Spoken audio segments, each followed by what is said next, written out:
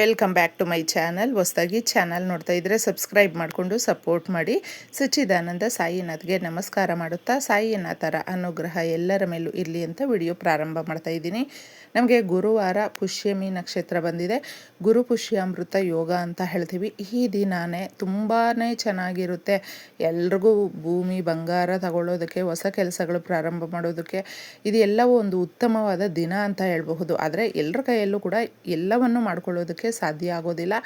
ಈಗಿನ ಪರಿಸ್ಥಿತಿಯಲ್ಲಿ ಹಣದ ಅವಶ್ಯಕತೆ ಅನ್ನುವಂಥದ್ದು ಪ್ರತಿಯೊಬ್ಬರಿಗೂ ಇರುತ್ತೆ. ಬಡವರು ಶ್ರೀಮಂತರು ಅನ್ನೋದು ಯಾರಿಗೂ ಕೂಡ ಇದು ಬಿಡೋದಿಲ್ಲ. ಎಲ್ರಿಗೂ ಅವ್ರದ್ದೇ ಆದಂಥ ಪರಿಸ್ಥಿತಿಗಳು ನಿಭಾಯಿಸೋದಕ್ಕೆ ಅಂತಲೇ ಹಣ ಪಡ್ಕೊಳ್ಬೇಕು.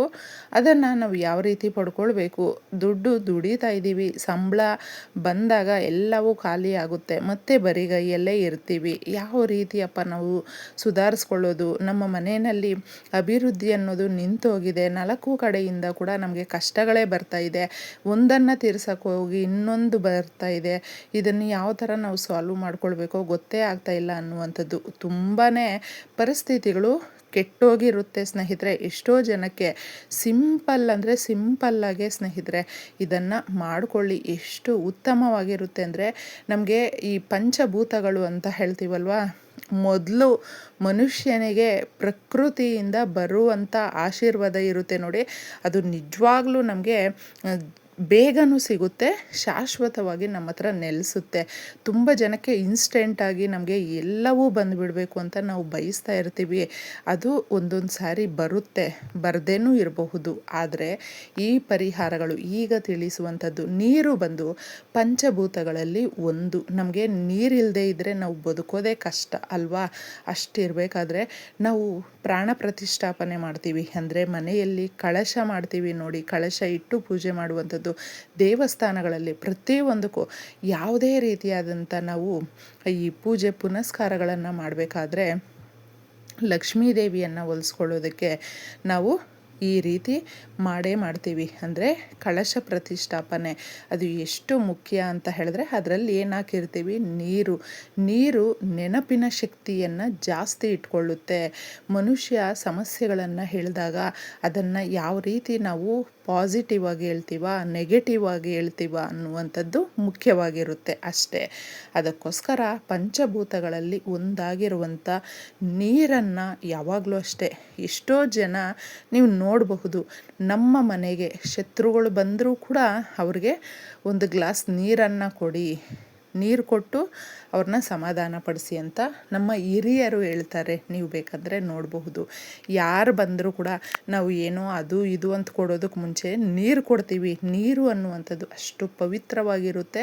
ಅದು ಅಷ್ಟೊಂದು ನಾವು ಏನು ಥಿಂಕ್ ಮಾಡಿ ಆ ನೀರನ್ನು ಕುಡಿತೀವಿ, ಅದು ನಮ್ಗೆ ಆಗುತ್ತೆ ಸ್ನೇಹಿತರೆ. ಅದಕ್ಕೋಸ್ಕರನೇ ನೀರಿನಿಂದ ಮಾಡುವಂಥ ಪರಿಹಾರಗಳು ಮುಖ್ಯವಾಗಿ ಪಾಸಿಟಿವ್ ಆಗಿ ಹೇಳ್ಕೊಳ್ಳಿ.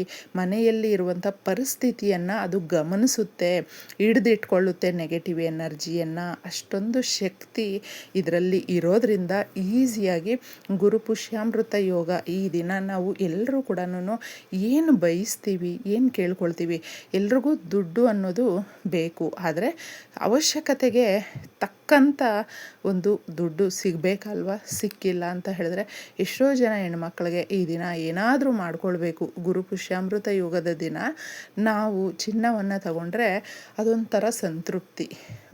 ಯಾವುದೇ ಕಷ್ಟಕ್ಕಾಗಿರಬಹುದು, ಹೆಣ್ಮಕ್ಳು ಮತ್ತೆ ಒಂದು ಒಡವೆಯನ್ನು ಕಳ್ಕೊಳ್ಳೋದಕ್ಕೆ ಇಷ್ಟಪಡೋದಿಲ್ಲ, ಆಗೋದಿಲ್ಲ. ಅದು ಶಾಶ್ವತವಾಗಿ ನಮ್ಮ ಮನೆಯಲ್ಲಿ ಇರುತ್ತೆ. ಒಳ್ಳೆ ಕಾರ್ಯಗಳಿಗಾಗಿ ಮಾಡ್ಕೊಳ್ತೀವಿ. ಇನ್ನಷ್ಟು ಮತ್ತಷ್ಟು ಅಂತ ಒಂದು ಸರಿ ತಗೊಂಡಿರುವಂಥ ಚಿನ್ನ ಆ ದಿನ, ಆ ಒಂದು ತಿಥಿ ವಾರ ಅನ್ನುವಂಥದ್ದು ಮುಂದಿನ ದಿನಗಳಿಗೆ ಒಂದು ಬುನಾದಿ ಅಂತ ಹೇಳಬಹುದು. ಅಂದರೆ ಒಂದು ಒಳ್ಳೆಯ ದಿನ ನಾವು ತಗೊಂಡ್ರೆ, ಏನಾದರೂ ಒಳ್ಳೆ ಕೆಲಸ ಮಾಡಿದ್ರೆ ಪ್ರತಿ ಸಾರಿ ನಮಗೆ ಅದು ಕೈಗೂಡುತ್ತೆ ಅನ್ನುವಂಥ ನಂಬಿಕೆ. ಅದಕ್ಕೋಸ್ಕರ ಈ ದಿನ ಏನು ಮಾಡಲಿ ಬಿಡಲಿ, ಮನೆಯಲ್ಲಿ ಇರುವಂಥ ಸಮಸ್ಯೆಗಳನ್ನು ಹೋಗಲಾಡಿಸೋದಕ್ಕೆ ಈ ಪರಿಹಾರವನ್ನು ಮಾಡಿಕೊಳ್ಳಿ. ಸಾಧ್ಯ ಆದರೆ ನೀವು ಈ ದಿನ ಅರಿಶಿಣದ ಪ್ಯಾಕೆಟನ್ನು ಮನೆಗೆ ಕೊಂಡ್ಕೊಂಡು ಬರಬಹುದು. ಇಲ್ಲಾಂದರೆ ಅರಿಶಿಣದ ಕೊಂಬನ್ನು ತಗೊಂಡು ಬರಬಹುದು, ಏಲಕ್ಕಿಯನ್ನು ತಗೊಂಡು ಬರಬಹುದು, ಉಪ್ಪನ್ನು ತಗೊಂಡು ಬರಬಹುದು.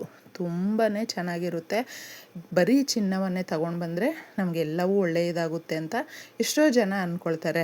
ಆದರೆ ಅದನ್ನು ತಗೊಂಡು ಬರೋದಕ್ಕೂ ಕೂಡ ಆಗೋದಿಲ್ಲ ಅಂತ ಹೇಳಿದ್ರೆ ಈ ವಸ್ತುಗಳನ್ನು ತಗೊಂಡು ಬರಬಹುದು. ಮನೆಗೆ ನಾವು ಉಪಯೋಗ ಪಡಿಸ್ಕೊಳ್ತೀವಲ್ವ, ಅದು ಮತ್ತಷ್ಟು ನಮ್ಮ ಮನೆಯಲ್ಲಿ ಇರುವಂಥ ಸಮಸ್ಯೆಗಳನ್ನು, ನೆಗೆಟಿವ್ ಎನರ್ಜಿಯನ್ನು ತೊಲಗಿಸ್ಬಿಟ್ಟು ಶ್ರೀ ಮಹಾಲಕ್ಷ್ಮಿಯ ಆಶೀರ್ವಾದ ನಮಗೆ ಸಿಗುತ್ತೆ. ಅಲಕ್ಷ್ಮಿ ದೂರ ಆಗ್ತಾಳೆ. ಅದಕ್ಕೆ ಇದನ್ನು ನೀವು ಆದರೆ ಮಾಡ್ಕೊಳ್ಳಿ. ಈ ಸಣ್ಣ ವಸ್ತುಗಳನ್ನು ಮನೆಗೆ ತಗೊಂಡು ಬನ್ನಿ. ಕಲ್ಲುಪ್ಪನ್ನು ತಗೊಂಡು ಬಂದರೆ ಅಥವಾ ನಿಮ್ಮ ಮನೆಯಲ್ಲೇ ಇರುವಂಥ ಕಲ್ಲುಪ್ಪಿನಿಂದ ಈ ಪರಿಹಾರವನ್ನು ಮಾಡ್ಕೊಳ್ಳಿ ಸ್ನೇಹಿತರೆ. ತುಂಬಾ ಸಮಸ್ಯೆಗಳು ನಮಗೆ ಎಷ್ಟೋ ಬಗೆಹರಿಸುತ್ತೆ ಅಂತ ಹೇಳಬಹುದು. ಕಲ್ಲುಪ್ಪಿಗೆ, ನೀರಿಗೆ ಹಾಗೂ ಗಾಜಿಗೆ ತುಂಬ ಶಕ್ತಿ ಅನ್ನೋದಿದೆ. ಇದನ್ನು ಸಾಧಾರಣವಾಗಿ ಒಂದು ದಿನ ನಾವು ಮಾಡ್ಕೊಳ್ತೀವಿ ನೋಡಿ, ಮತ್ತು ಮಾರನೇ ದಿನಕ್ಕೇ ನಮಗೆ ಒಂದು ಒಳ್ಳೆ ರಿಸಲ್ಟ್ ಬಂದುಬಿಡಬೇಕು, ದುಡ್ಡು ಬಂದುಬಿಡಬೇಕು, ಈ ಥರ ನಾವು ಅಂದುಕೊಂಡು ಮಾಡ್ಕೊಳ್ಬಾರ್ದು. ಎಲ್ಲವೂ ಭಗವಂತನಿಗೆ ಗೊತ್ತಿದೆ. ನಾವು ಈ ಪರಿಹಾರಗಳನ್ನು ನಂಬಿಕೆಯಿಂದ ಮಾಡಿಕೊಳ್ಬೇಕು ಅಷ್ಟೇ. ಶುದ್ಧವಾದಂಥ ನೀರನ್ನು ಒಂದು 3/4 ಗ್ಲಾಸಷ್ಟು ತಗೊಳ್ಳಿ. ಗಾಜಿನ ಲೋಟದಲ್ಲಿ ತಗೊಳ್ಳಿ. ರಾತ್ರಿ ಮಾಡ್ಕೊಳ್ಳಿ. ತುಂಬಾ ಚೆನ್ನಾಗಿರುತ್ತೆ. ಪ್ರಕೃತಿಯಲ್ಲಿ ನಿಶ್ಶಬ್ದವಾಗಿದ್ದಾಗ, ತುಂಬ ಶಾಂತಿಯುತವಾಗಿದ್ದಾಗ ನಾವು ಭಗವಂತನಿಗೆ ಏನೇ ಪ್ರಾರ್ಥನೆ ಮಾಡಿಕೊಂಡ್ರೂ ಕೂಡ ಅದು ಬೇಗ ತಲುಪುತ್ತೆ. ಅದಕ್ಕೆ ನೀವು ಪೂಜೆ ಮಾಡಲಿ ಬಿಡಲಿ, ಈ ಪರಿಹಾರವನ್ನು ಮಾಡ್ಕೊಳ್ಳಿ. ಇದಕ್ಕೆ ಶುದ್ಧವಾದಂಥ ನೀರನ್ನು ಹಾಕಿಬಿಟ್ಟಿದ್ದೆ ಒಂದು 3/4 ಹಾಕ್ಕೊಳ್ಳಿ. ಕಲ್ಲುಪ್ಪು ಮಾತ್ರ ಬಳಸಬೇಕು. ಪುಡಿ ಉಪ್ಪನ್ನು ಬಳಸೋದಕ್ಕೆ ಹೋಗಬೇಡಿ. ನೀವು ಮಾಡಿದ್ರೂ ಕೂಡ ಯೂಸ್ ಆಗೋದಿಲ್ಲ. ಮತ್ತು ಅದಕ್ಕೆ ಒಂದು ಹಿಡಿ ಉಪ್ಪನ್ನು ನಿಮ್ಮ ಕೈಯಲ್ಲಿ ಇಟ್ಕೊಂಡು, ನಿಮಗೇನು ಹಣದ ಅವಶ್ಯಕತೆ ಇದೆ, ಮನೆಯಲ್ಲಿ ಯಾವುದೋ ರೂಪದಲ್ಲಿ ಸಮಸ್ಯೆಗಳು ಕಾಡ್ತಾ ಇದೆ, ಎಷ್ಟೋ ಜನಕ್ಕೆ ಹಣ ಇದೆ, ನಾವು ಶ್ರೀಮಂತರು, ನಮಗೆಲ್ಲವೂ ಇದೆ, ಆದರೆ ನೆಮ್ಮದಿನೇ ಇಲ್ಲ, ಆರೋಗ್ಯನೇ ಇಲ್ಲ, ನಮ್ಮ ಮಕ್ಕಳು ನಮ್ಮ ಮಾತು ಕೇಳ್ತಾ ಇಲ್ಲ ನೋಡಿ. ಪ್ರತಿಯೊಬ್ಬರಿಗೂ ಒಂದು ಕೊರತೆ ಅನ್ನೋದು ಇದ್ದೇ ಇರುತ್ತೆ ಸ್ನೇಹಿತರೆ. ಆ ಕೊರತೆ ಏನಿರುತ್ತೋ ಅದನ್ನು ಹೇಳ್ಕೊಳ್ಳಿ. ಯಾವುದೇ ಇದ್ರೂ ಪರವಾಗಿಲ್ಲ. ಹೇಳ್ಕೊಂಡಿದೆ ಈ ನೀರನ್ನು ನೀವು ಅದರಲ್ಲಿ ಉಪ್ಪನ್ನು ಹಾಕಿ, ನೀರಲ್ಲಿ ಆ ಕಲ್ಲುಪ್ಪನ್ನು ಒಂದು ಹಿಡಿ ಹಾಕ್ಕೊಂಡಿರ್ತೀರಲ್ವ, ಅದನ್ನು ಹಾಕಿಬಿಟ್ಟು ಒಂದು ಕಡೆ ಇಡಿ. ಇದೇ ಜಾಗದಲ್ಲಿ ಇಡಬೇಕು ಅಂತೇನೂ ಇಲ್ಲ. ನಿಮಗೆ ಒಂದು ಕಂಫರ್ಟಬಲ್ಲಾಗಿ ಯಾವ ಜಾಗ ಇರುತ್ತೋ ಸೂಕ್ತವಾಗಿ ಆ ಜಾಗದಲ್ಲಿ ಇಡಿ. ಸಾಧ್ಯ ಆದರೆ ಎಲ್ಲವೂ ಚೆನ್ನಾಗಿದೆ ಅಂತ ಹೇಳಿದ್ರೆ ದೇವ್ರ ಮನೆಯಲ್ಲಿ ಒಂದು ಕಡೆ ಇಡಬಹುದು. ಈ ಥರ ಇಟ್ಟು ಕೇಳಿಕೊಂಡು ತದನಂತರ ಇದನ್ನು ನೀವು ಕದಲಿಸೋದಕ್ಕೆ ಹೋಗಬೇಡಿ. ರಾತ್ರಿ ಪೂರ್ತಿ ಬಿಟ್ಟುಬಿಡಿ.